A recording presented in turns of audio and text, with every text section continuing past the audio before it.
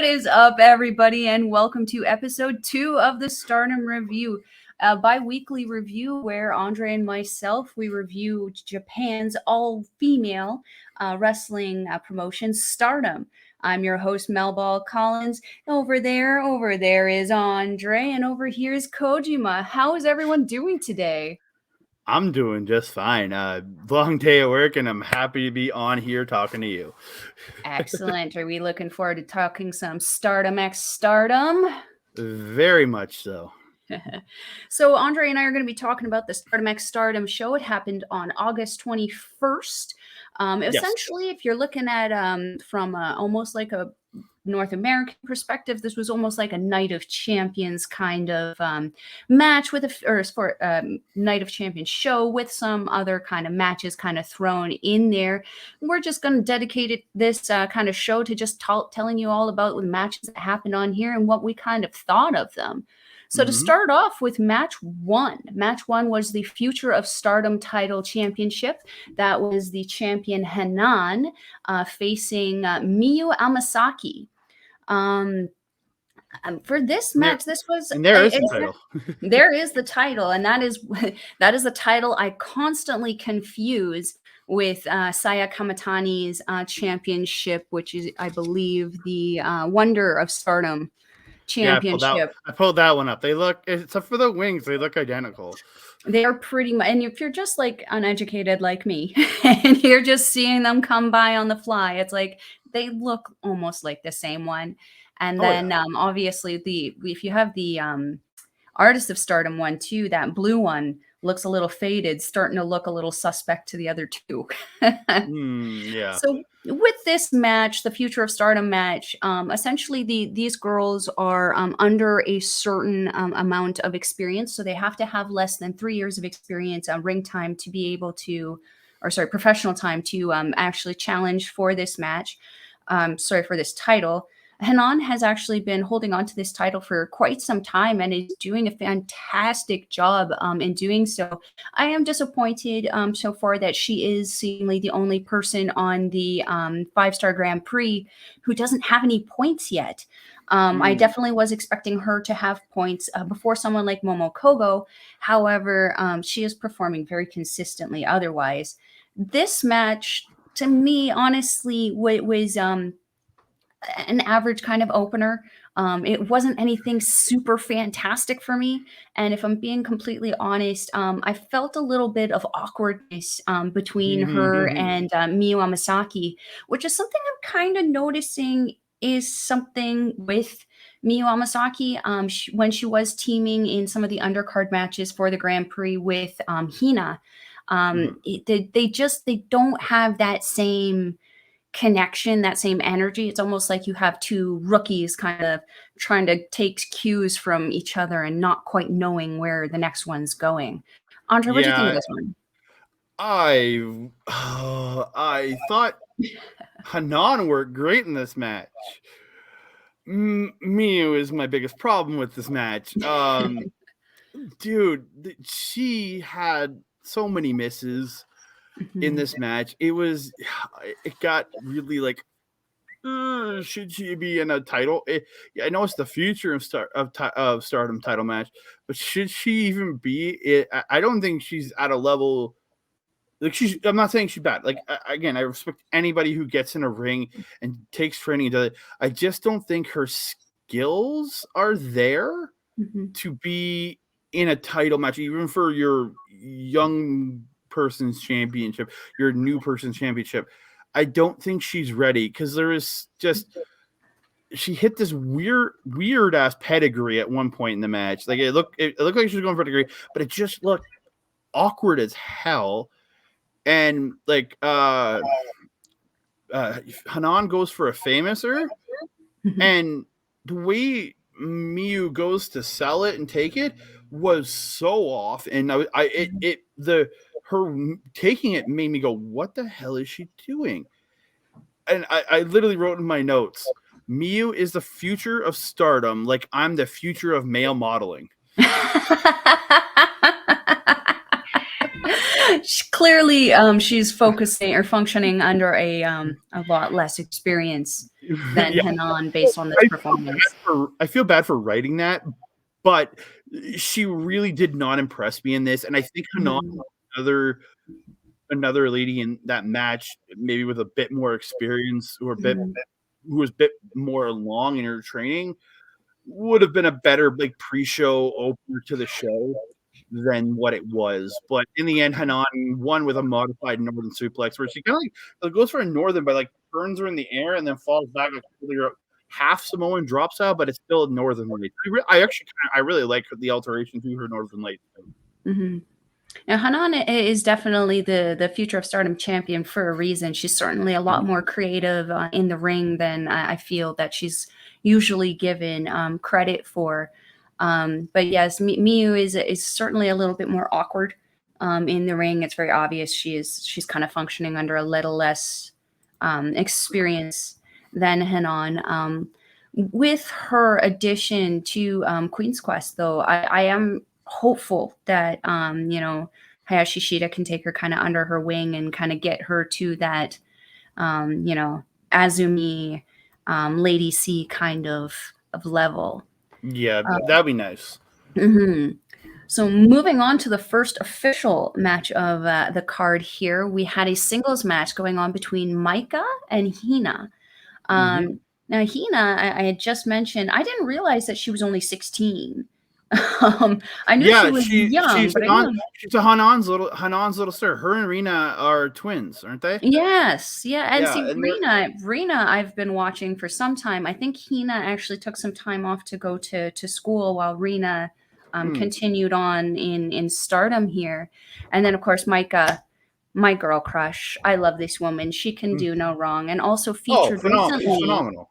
Oh, amazing, tremendous talent, beautiful to boot. And then she was also recently featured teaming with, I believe it was Mirai on that Despy Mania. Hate calling him Despy. Hate that.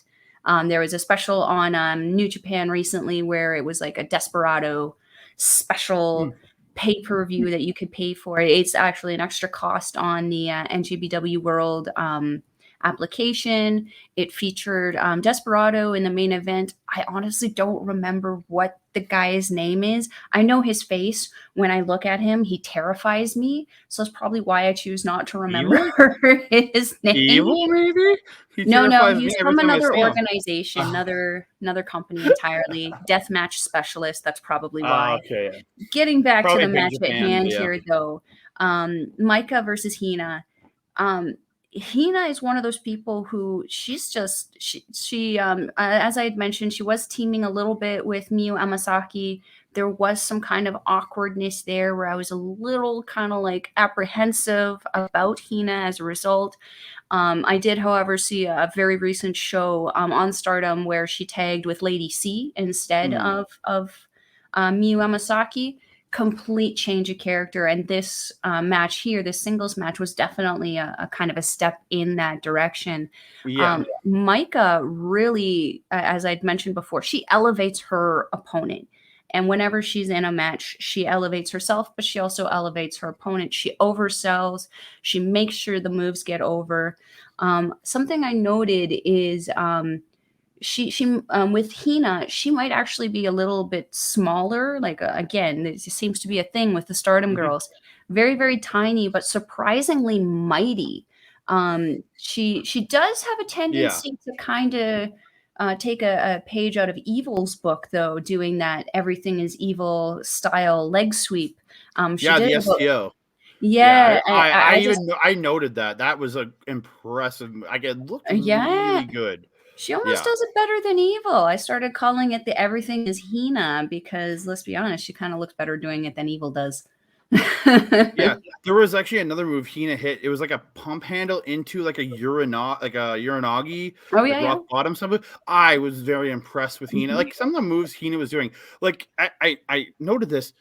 I think Hina would have been a better challenger for Hanan. I don't know if they're I'm still very new on the stables. I don't know if they're within the same stable or not, but if they're not, that would have been a great challenger because again, I know Hina's pretty new. So, and that would have been, I think, a great challenger because Hina looks really good. But again, again, not to shit on anybody, but it also, who is she working with? She's working with Maika, who is phenomenal.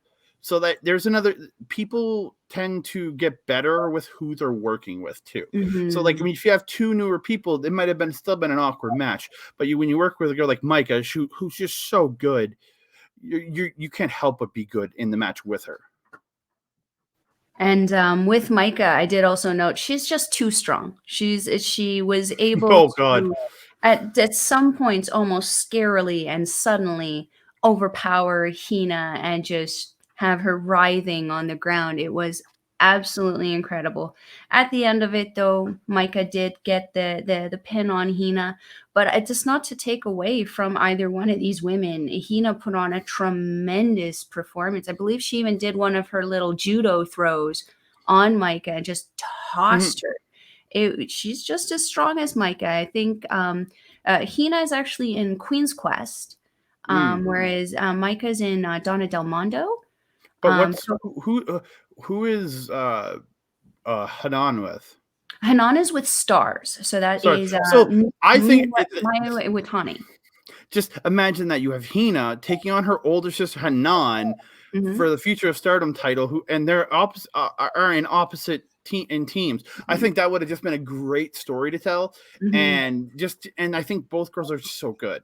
So, but like I gotta say, like I made notes, like the power. Like as you said, the power dominance by Maika was crazy. But again, very tiny girl versus still not a big girl, but bigger, stronger girl, and it really worked. And then I actually bid on one of the spots. Hina got a Gato clutch, and I thought it was over right there. And I was just like, and then I was like, okay, well, cool. Because I really didn't think Hina was beating Maika, who's in the middle of the 5-star. I really did not think that was happening, but I bid on it. But that finisher by Maika, where she's like off, she's got her on the shoulder and then spins her out into the sidewalk slam.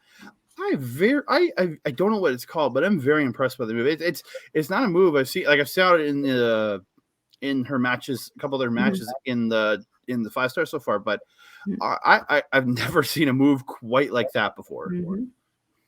That's Maika just trailblazing. So moving on to match 2 of the night, which was a 3-way tag match. And this was a 3-way tag match between the factions of Donna del Mondo, God's Eye, and Oedo Tai. So representing DDM was Mai Sakurai and Julia. Representing God's Eye was Amisore and Mirai. And then representing Oedo Tai was Ruaka and Rina, who we were just mentioning, the third sister. The third sister. The first 3 matches is very much a family occasion for these ladies. Their families must have had such a blast. That'd be awesome. Yeah, and like to see the age range in this entire just contest, Julia and Mai Sakurai are actually kind of more the older, more veteran girls. Because Julia's in her late 20s, right? She's 28, yeah. Yeah. So and then I think Mai's are on the same age, and then Amy and Mariah are in their what? Oh yeah, and then Amy and Mariah are what, like mid 20s? They're in the mid 20s, yeah. Yeah. So like and then you have girls like Ruaka. Ruaka,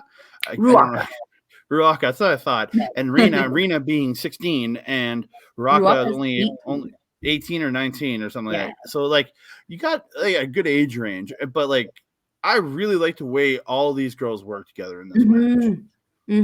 And it's crazy because I was just gonna say Mai Sakurai is technically nearly twice of Ruaka's age, but the way that they worked together, it worked so well. I actually had quite a bit of notes on this. This was when I actually had noticed that El Desperado and Tai Chi were on commentary. Because I was sitting there listening to them, I'm like, I recognize one of their voices. I don't understand. I think I recognized Tai Chi's is what I recognized. I didn't know Desperado was there, but I recognized, like I knew they were both at the show from the pre-show. They were talking, and in a panel I had no idea what they were saying because again I don't speak Japanese yet. Exactly. Yet. But yeah, I recognized Tai Chi's voice from hearing him talk and do promos on other shows. For myself, it was both Desperado and Tai Chi have done commentary for CMLL on the New Japan Okay, yeah. thing, so I kind of recognize them from there. This match, the beginning spot I had written down here, the big ring clear spot, was so imperfectly perfect because every single person in that opening spot did everything they needed to do, but it was so perfectly imperfectly Oh, done that it did not look choreographed. It looked natural. it looked natural, and geez, like the three girls got in and started. I was like, oh, so we're gonna get a proper three-way tag match where Mhm. all a person from each team is in it, not just two of the three teams. And then that goes for like 10 seconds maybe, and Mhm. then boom, pure chaos. Yeah. And it was just funny just watching the pure chaos hit. I was just like, okay, but again very organized, beautiful looking chaos in a sense, like because the Mhm. way these girls all did the move after move and really worked together, I thought it was really, really good. Mhm, mhm. And that opening spot I was mentioning was where, the all of the other women whip the DDM members, so, Mai Sakurai and, Julia into the ropes, but, Julia and, Sakurai answer with stereo double drop kicks on those 4 remaining Mhm. people, takes out the smaller ones, the 2 tanks bounce off the ropes, come back and, shoulder check the DDM girls. I again, as you said, I felt that the team combinations worked so well together, both the opponents and the teams, and that's Mhm. something that sometimes we don't always have the privilege of seeing is how well factions work together. It's almost sometimes like two people are thrown together, and it's awkward, as mentioned with the Miyu, Amasaki, and Hina, but then you get someone like Julia and Mai Sakurai, who clearly work very, very well together, who Oh, very much train so. extensively together. What I like about something like LIJ is how they function so well without even verbally communicating to each other. I felt that Yeah. each team in this match had that same quality. Well, one spot, like I barely got to point out, it's Rena, who again, 16 years old. She Mhm, takes Julia literally by her braids and mhm. throws her. Like you, you've That does seen not the feel hair. nice, just You've in seen the case hair. anyone I've seen, wants. yeah, I've seen the hair throwing spot multiple times in women's professional wrestling. Mhm, I just was really impressed because Julia it like outsizes Rena mhm, by a major amount, like way mhm, taller, good bit thicker. Like Julia's not a thick girl, but like she's thicker because like Rena's a very small girl. mhm, And when she grabbed her by the hair and threw her, and like kind of whipped her around and through I think it was through the ropes. mhm, Like mhm. I was just impressed with that. Yes. Yes, that was a very good spot there. Another thing that I noted was the kind of one-on-one spat that happened between Ami Sore and Ruaka. That is a Mm. one-on-one match I would really like to see them. Very, very much so. Yeah. I've seen her walk on a few undercards here and there with Mhm, mhm, throughout the tournament, and I wasn't super impressed by her. I was just like, I found her very slow in a lot of other matches I was watching her in. mhm, And then I watched her in this, and I'm like, oh, this girl can move. She can mhm, speed it up because I've seen her in a couple others. I'm like, oh, she's so slow. Like, mhm, but she did a great job in this match. I really thought so. And like, there was a good spot where uh, Rena hits a downward spiral, and then mhm, goes and hits a double foot stomp onto Mai. And then, mhm. sorry, Rena hit the downward spiral. Ruko comes off with a double foot stomp. Oh, okay, Then yeah. Rena goes for the pin, and Julia comes off and like off the top, drop kicks Ruka, and Mhm. then lands on Rena and Mai, and to break up the pinfall. I was like, oh, that is just an impressive way to break up a Yeah, pin. yeah. Yeah. And that's Julia for you, ever creative. Hmm. Yeah. Yeah. But at the end of this match, let's see, it was actually Mirai who ended up pinning Rena, No, she surprisingly. submitted her. She submitted her. It was a Oh, right, Kimura. submits, yes, Yeah, submits her. Yeah, the Kimura lock, yeah. Or yeah. hammer lock, because but with Brock, it was always the Kimura, which is actually called in MMA. But and what a way to end off that match. I felt that was one of my higher rated matches of the show. I very much enjoyed the it. entertainment value and the experience that all 6 of these women brought into the match. Mm-hmm. I thought just you get the experience of some girls working with the inexperience of others, and showing. Like I'm not saying they're inexperienced, but they're much earlier in their career than others. But just showing how good they can work with more experienced talent. I really thought they did a great job. I agree. So moving on to what was my personal favorite match of the night. Once we figured out how it effing worked. Oh my god! It only took us a few days to figure out what it was this match was, and that was the Captain's Fall match, which was the team of Queen's Quest versus the team of Stars. So the Queen's Quest was Azumi, Lady C, and my personal favorite, Utami Hayashishita. Azumi, the high-speed champion. Being the high-speed champion, yes. What a fun belt that is. Oh god, I love that it's so different from the rest of the titles. The chain was on it are a nice touch. And then, of course, we have the Stars team, which was made of our favorites, Sayaida, Momokogo, and, of course, the captain, Miyu Iwatani. The current SWA champion. Yes, and the thing with the SWA championship here is that you cannot have the same nationality, I believe it is. Yes.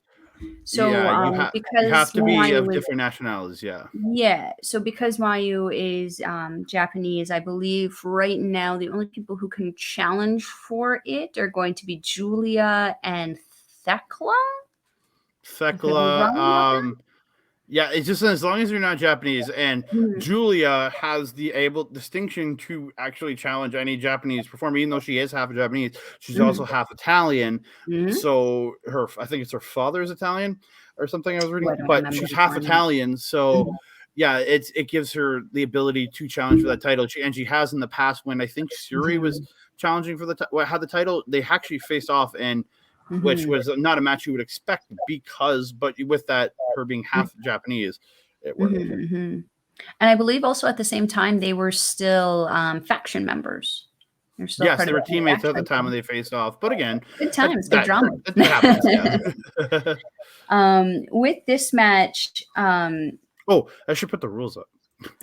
Oh, yes. So, sorry. The Captain's Falls match is essentially if the captain gets pinned, the match is over. Or if the 2 non-captain participants gets pinned, the match is over.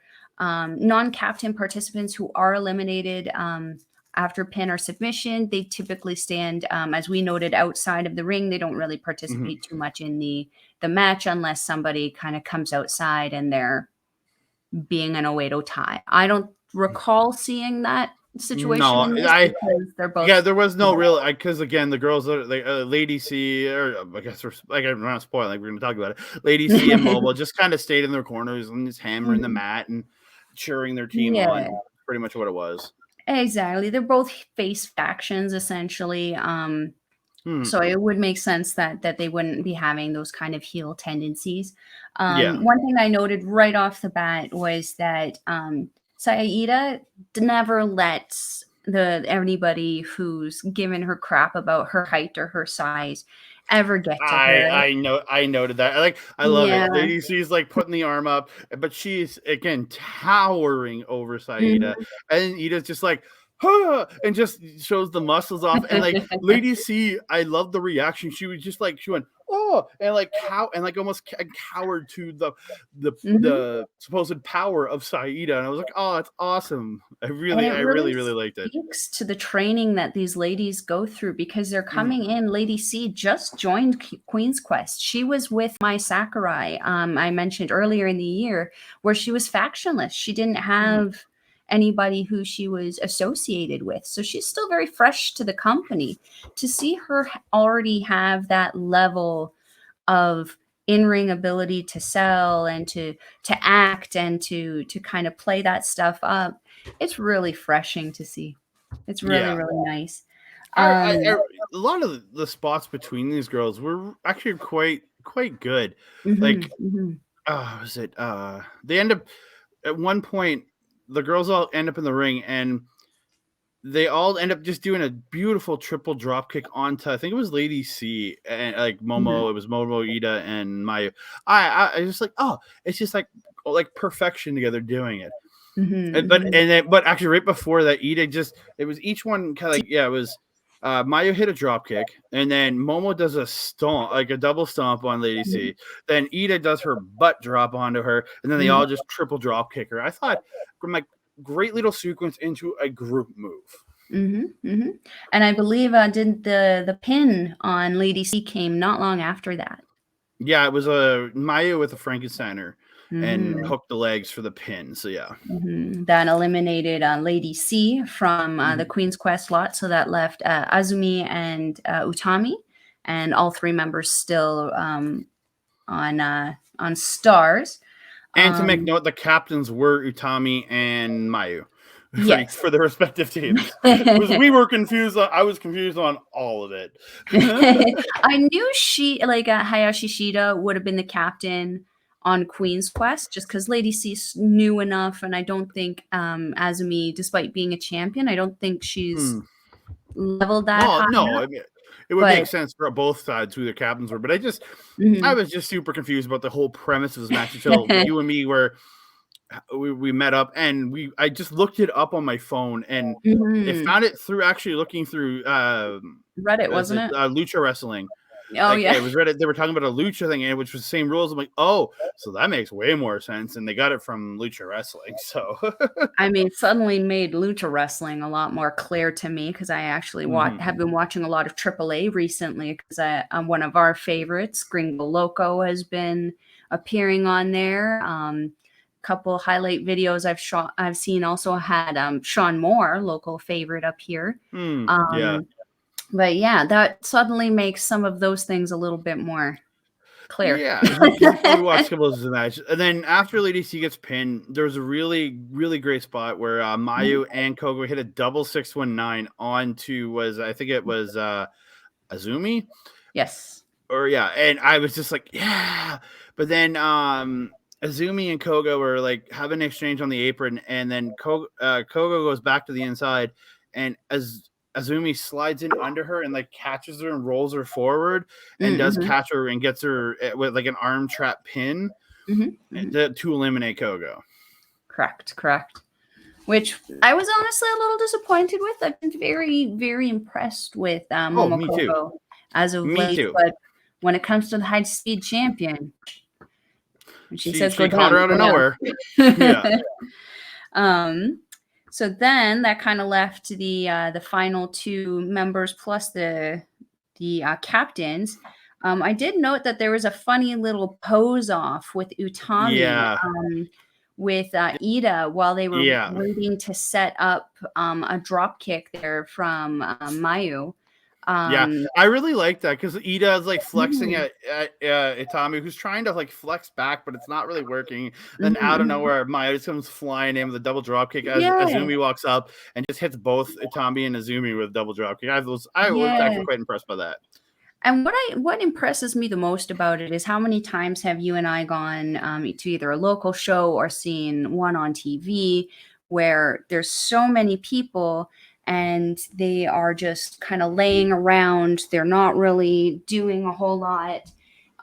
They're just watching from the outside of the ring, and like near pinfalls are happening. You're waiting anyways for, essentially, I think they were waiting for Azumi to come back in. So just play it up, do your gimmick, and have Tommy kind of try to flex back and kind of show the flex dominance of Ida. So I really like that. But after that, Utami ended up hitting this really cool. She had him hit a torture rack and then just went back with a Samoan drop. I very much was that. And then just some of the good stuff, really good stuff from these girls. But in the end, Utami ended up reversing a victor. Saida tried to go for a victor roll and like ends up hitting like a wheelbarrow. She has in the wheelbarrow. It's like a huge wheelbarrow German suplex with the bridge to pin Ida and gets eliminating the other non-captain, got them the win. And I she thought muscled her up for that. Ida did this not go quietly for it. no, and this is at the end of the match. This is where everything got super confusing for me because I'm like, isn't this an elimination match? But I didn't understand the captain's fall rules at that point. So yeah, and neither of us really did until like a few days later. Yeah. So moving on to our next match. This was a match that I think neither one of us were too particularly impressed with. Yeah, some people may enjoy it, but maybe not me. Let's talk about it. So we got the Artists of Stardom champions. It was the reigning champions, the Starlight Kid, Momo Watanabe, and Amasaki versus the Cosmic Angels, the team of Unagi Sayaka, Mina Shirakawa, and Saki. Saki is a part of the Colors faction, as we had mentioned before. She kind of got taken into the Cosmic Angels when they lost. A loser joins the faction match. So I think this was actually her first title opportunity in Stardom with Unagi and Mina. Yeah, this match was a mess. It was a mess. It was a house of torture. It was a house of torture. I wouldn't say it was as bad as like watching a House of Torture match, but like Oedo Tai is a better version of House of Torture, where at least these girls have good work rate in the ring and have good wrestling, like especially with like Starlight Kid and Momo Watanabe. Again, I'm still early on Saki Kashima, but like it's all the cheating that really, really gets to me, and then the outside interference from the rest of Oedo Tai. It just rills or like just on me because I want to just watch good wrestling. Is the reason I hate House of Torture. There was good wrestling in this match, but all I can think about looking back, because I just kept seeing cheating here, and it took me out, and I didn't even write notes. I literally wrote just a note for the finish. That's it. Yeah, this one was it was trying. It was very trying, and for myself, like I do typically like Oedo Tai. Again, they are a more functional kind of version of the House of Torture, and that they do cheat, but usually it's not to the point where it makes it boring. And like they were doing it in front of the ref, which is a House of Torture special, and because everything I've seen them do cheating wise within the tournament with all three of them has actually been very smart. Like somebody will distract the referee and distract them well while the other does something. It's all usually been good cheating. Not saying I enjoy the cheating, but it's been good cheating but this one was it was so much blatant crap that the ref just had to wave off because he couldn't keep call up with all of it. Yeah. Well, he couldn't just call and say, "Oh, you're cheating, you're out," because he did. The refs in Japan don't throw people out, or rarely if ever do. Yeah, I've noticed that the Stardom refs are very, very lenient. Like even more so than like New Japan. Like Marty Asadi, he's pretty lenient. Hey, he did toss Kogo out on that, or did toss Togo out on that one show. So he's just like this much above a Stardom ref's like leniency. Like, I mean, Marty has his days where he has a backbone. I mean, you do remember the time that he actually bitch slapped Evil. So yeah, but again, you're not going to see these guys bitch slap these girls. Though, no, they're not going to do that. And they rarely, if ever, get physical to like pulling a girl off or something. Because again, there's a standard there. They may have to, yeah. The ending of this match is what really, really downed me on this even more than anything. Because like somebody hands Momo the wrench, or they called the spanner, which is terminology I've learned from a lot of British and Irish friends of mine for a wrench, but they put the wrench into her kick pad and she literally just up kicks Mina in the face and hits the Peach Sunrise.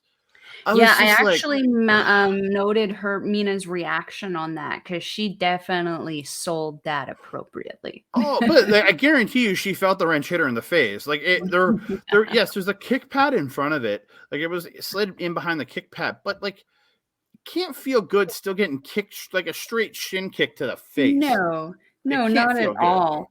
Something I also did note in this right at the beginning was actually about Unagi Sayaka. She's one who I'm in the same boat as Sarah, sorry, as that. I'm not entirely sure if I like Unagi Sayaka, not because I don't think she's a good wrestler. I think she's a tremendous talent. I don't think she fits in the Cosmic Angels. In the traditional she doesn't seem quite like look at Saki, who's now newer because of the colors join up, and Mina Shirakawa, like they're both like the very like I don't know how to explain they're happy, they're dancing. Yeah, it makes where sense. Sayaka is more like kind of like very like, I'm gonna monotone. Do this, I'm gonna do this, and this, and not happy go lucky. Yeah, and then the other thing that that you mentioned, the happy-go-lucky, she almost seems to have an attitude that I don't think matches the Cosmic Angels, in that the Cosmic Angels, Mina Shirakawa, Tam Nakano, Saki even, they take a loss and they're humble about it. They're like, well, shit. Well, shake my hand anyway. Back to the drawing board. Let's try it again next time. Yeah. Unagi Sayaka, I don't know if you've noticed throughout the Grand Prix, but before the Grand Prix, even in the shows I was watching, she takes a loss. She doesn't do that self-reflection thing. She's that person who afterward, she's getting in the face of her opponent. She's grabbing the throat of her opponent. She's grabbing the hair of her opponent. And I kind of look at that, go, you're on a face team. You should take that in the same way that your leader or your other people take that you're doing this kind of makes it look like you belong more with Oedo Tai, because that's kind of more of an attitude-y thing to me. But they can't all be happy-go-lucky people. You know what I mean? Yeah, but then look at Waka Tsukiyama. I mean, true. But from here, and so in the end, Oedo Tai with the up kick and the pizza, and I keep their belts. Yeah, and Mina took most of the punishment in that match also, I felt like she was in the ring taking a lot more of the punishment than Saki and Unagi, which would probably be why she was the one who took the pin on that one. They knew what they were doing. They worked her down. Yep. Moving on to the next match, and this was one I think that we were both looking forward to. Very much so. Yeah, the Goddess of Stardom match. So this was the team of Hazuki and Koguma representing Stars versus Tam Nakano and Natsupoi representing the Cosmic Angels. We also noted that Tai Chi was in the ring beforehand presenting the ladies with their flowers and stuff. No, this was Desperado, I think, on this one. Was it Desperado? No, Desperado was the artist match. Yeah, this one Desperado, sorry. I was mistaken there. I apologize. To say I got the notes, Andre.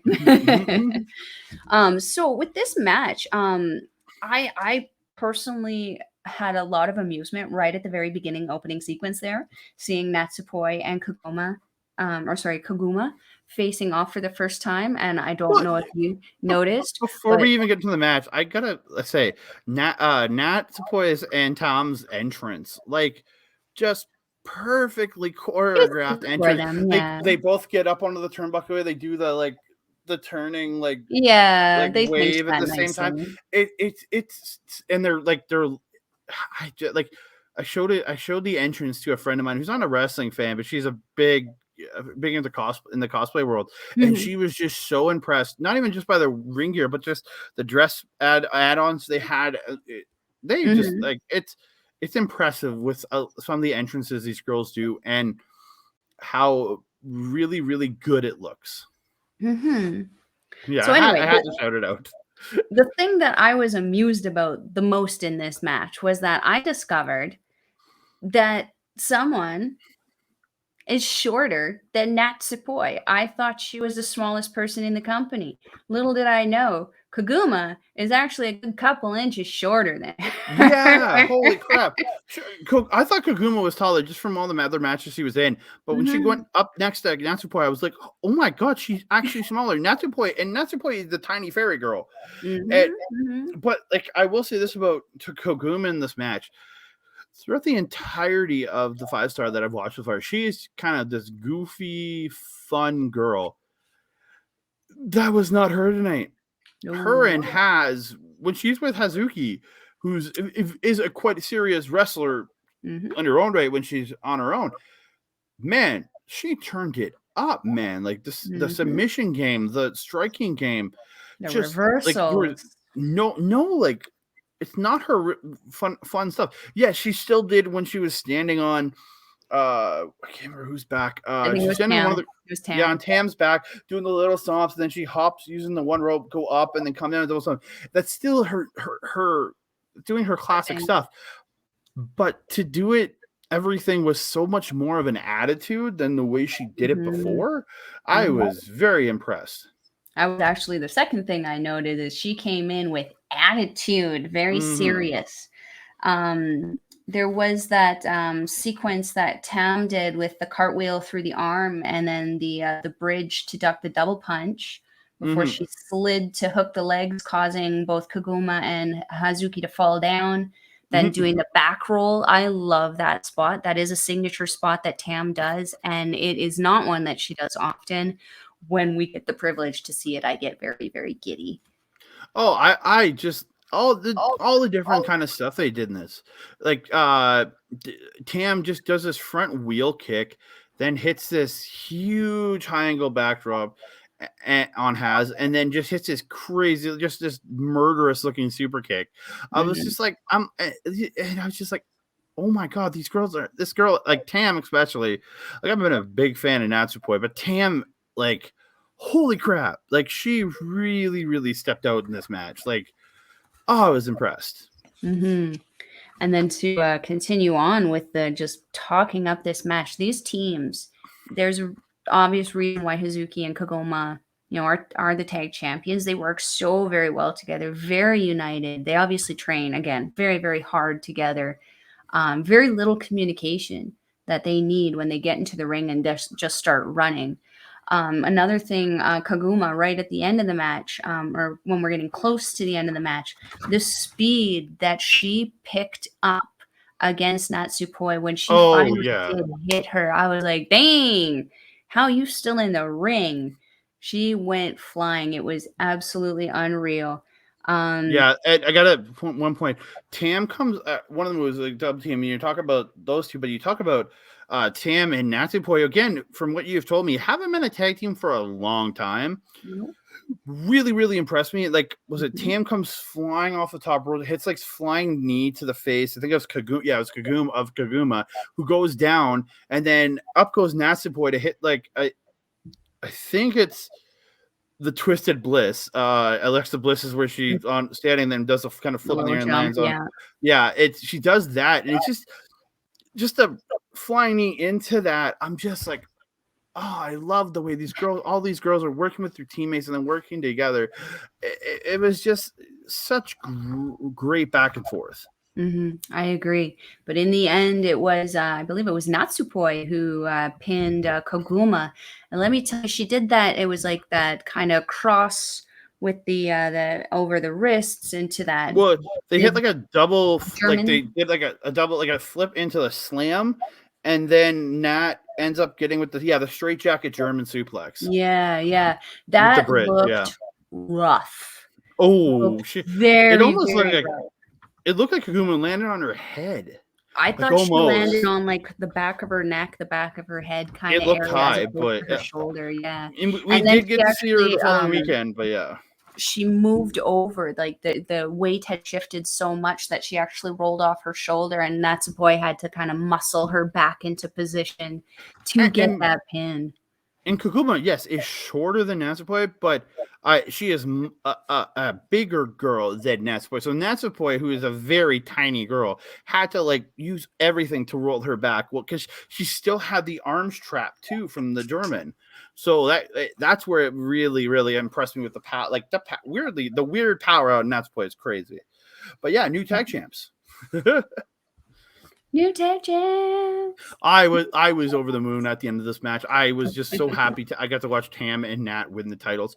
I thought both girls did phenomenal, and all four girls did phenomenal. I was just so happy to see Tam and Nat win the titles. I was very impressed with this match. Also, honestly, like they could have ended the pay-per-view here. I'd have been content. However, we kept going. We got 2 more matches to talk about here. Let's get into them. So we got the Wonder of Stardom title championship between Seiya Kamitani and Himeka, the gigantic princess, or Jumbo Princess. Is that what she calls herself? Jumbo Princess. Why do I always say Jumbo Princess? Because you're crazy. She does look like a Jumbo Princess. She is gorgeous. She's big. She holds herself I think well. the only girl I think taller than her might be Lady C. I think but you're right about that. but Himeka has a better, like a bigger build than Lady C does. Definitely more of a power build. Yes, Definitely. very much so. Yeah. This match for me was incredible. Kamitani always shows up when she has, especially when she has a title opportunity. Oh, yeah.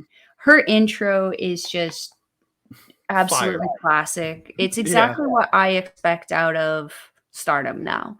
With she comes out and she's just got everything is timed perfectly to her music. Her outfit is killer. You know, just everything about her shows her love and her passion for the work that it is that she's very doing much with Stardom. Very much so. There was let's see here. Oh yes, the angle you mentioned before, the angle where Miyu Iwatani does her Boston Crabs. This was clearly before you saw Himeka do her Boston Crabs. And the angle that she gets on that one, at one point I thought that she was actually going to touch Kamitani's foot to the back of her head. Oh yeah, but that's the incredible flexibility of Saya Kamitani. That her leg is almost touching the back of her head. That was crazy. Yeah. And then I also have a Rana attempt off the corner that Himeka reversed into the power bomb that Kamitani did. Yeah, rough looking. That was. I saw that. I was like, this is Stardom. I started my own chant. I didn't even care that my neighbors hate me.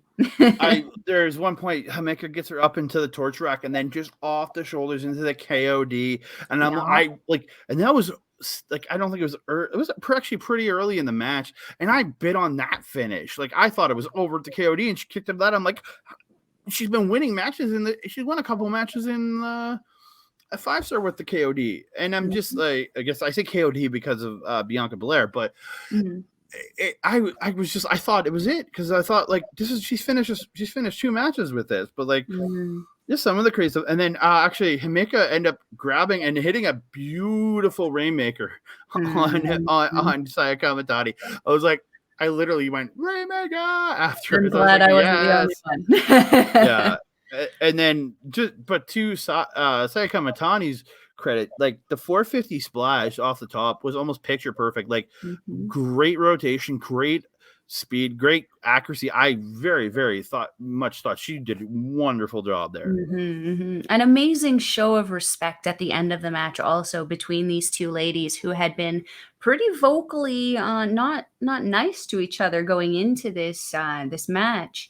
To see them shake their hands and really show that sportsmanship was really, really nice way to kind of end that feud and rivalry. That poison run at the end by Saya, holy crap. Like, I legitimately thought she spiked Himeka. Like, it looked rough, and then you just poison run it, she pins her, and it's over. And I was like, where did this come from? And then is she dead? Is she awake?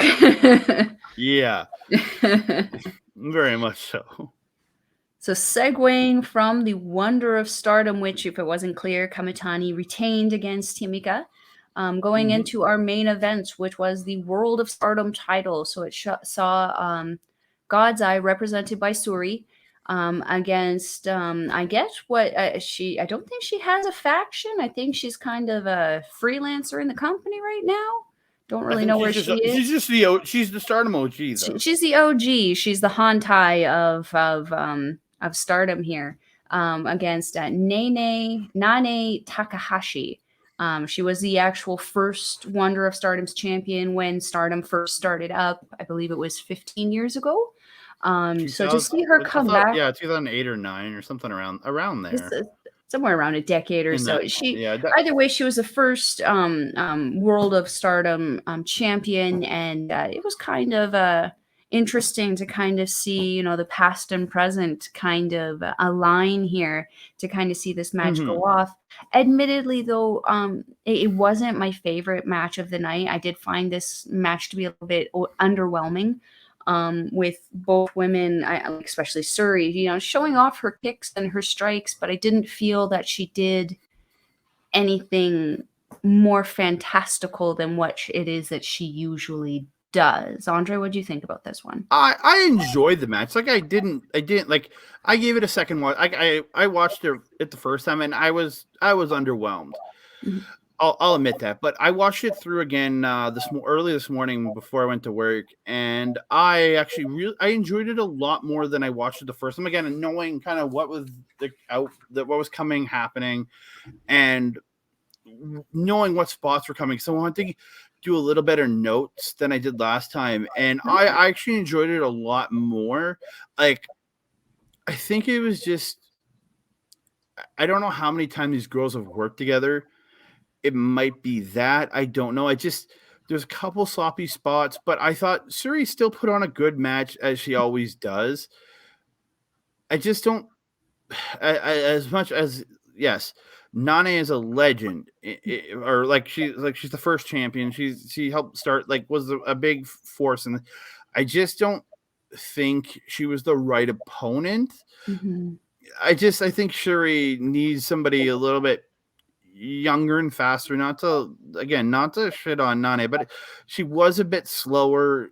Again, getting older, been around in this business for a long time, but she still had some good spots. A great frog splash, and a huge, she at one point she picks up Syuri and hits this with this crazy brain buster, and I just was very impressed with it. But again, this match was a lot of clotheslines, chops, kicks, which are great, and that's a big staple of, again, Japanese strong style. Mm-hmm. But I really was, I guess I might have been burnt out the first time, but even the second time watching, I enjoyed it more. But I think it could, again, I'm not a professional wrestler. I can't tell somebody that they're bad or good. Again, both these women did a great job in the ring. It didn't really truly suck me in for this match. Maybe it's my lack of familiarity with Nanae, but they did a really great job. There's some really great spots in this match. And if somebody was saying, would you recommend me watch this? I would say, yes, watch the match. It was good. Just, it wasn't good for me or you, I guess you too, but it might have been a 5-star match to somebody else, because it just it depends on what you're looking at for what you want to see, right? Yeah. The fact that Syuri hit an Emerald Explosion for 2, and then they get back up and Nanae gets a Hammerlock Emerald Explosion for a 2. It shows these girls have such great timing and in the ring, but I don't know what it was. It was a good match. I enjoyed it, but it just didn't suck me in and really make me feel something special in this. Again, Nanae hits a power bomb. She goes for the goes for a pin. She hits the power bomb, goes in for the pin, and Syuri grabs a guillotine choke out of nowhere. It was impressive spots. It just, I don't know what it was. I just really don't. And the finish of this match, was a high kick by Syuri into a headbutt to the back of the head. One of the dumbest places you should be headbutting somebody. And then she picks it up into essentially, as I have dubbed it, I don't know the actual name, a one-wing FU. Because she gets up on the shoulders, flips the leg back, brings her down, but onto her shoulder, and then does an FU out of it. It's a one-winged FU is how I describe it. But and she gets the win out of it. But again, it was one of those ones where I found it. Again, the finish was great. They did great work in there, but again, it just didn't suck me in truly. Mm-hmm.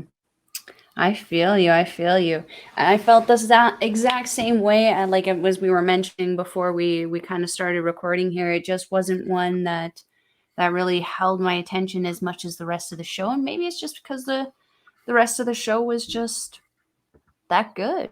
Who knows? Yeah. But you're absolutely right. It might be a 5-star to somebody else, and that's freaking fantastic. Mm-hmm. Wrestling is pretty subjective. We can agree to everything. Yeah, it whether one person says a 5-star or a 1-star, it doesn't really matter, because if I just take an opinion. If somebody says, "Hey, I watched a really good match. I'm gonna go check it out." I may not like it. They may have loved it. Again, you never know. It's just that match was not for me. Again, my match of the night easily was the Goddesses of Stardom tag team match. I thought those those 4 girls just killed it, and seeing Tam and Natsupoi win the titles was just that cherry on top of a great match. And then with myself, even though I had no idea what was going in it, that Captain's Fall match was actually my favorite match of the night.